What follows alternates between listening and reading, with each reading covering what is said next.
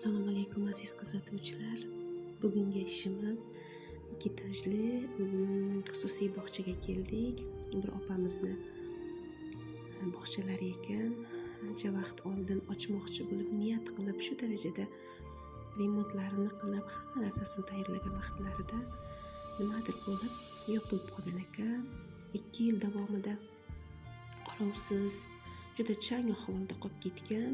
Mana endi bizning xizmatimizdan foydalanib 2 etajli binoni bugun tugatib berdik. 6 kishida bo'lib va ishonchini oqladik. Juda ham xursand bo'ldi. Ishimizdan ko'ngillari to'ldi va xizmatimizdan foydalanib turishligini aytishdi. Biz xursandmiz. Qo'ldan kelgancha harakat qildik.